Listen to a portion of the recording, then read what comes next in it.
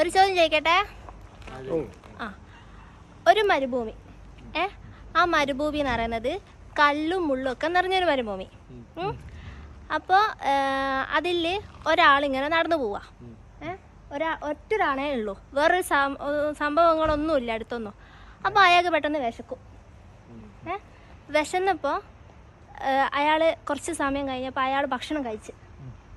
അതെങ്ങനെയാണ് കഴിച്ചത്?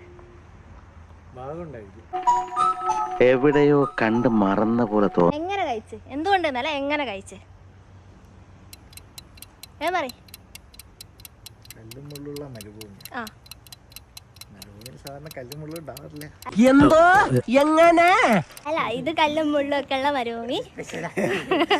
പറ പറ, ചിന്തിക്ക്. പറ.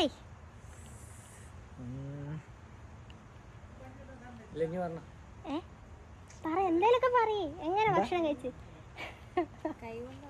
കൈ കൊണ്ട്. എന്നാ അതല്ല ഉത്തരം. പറയട്ടെ.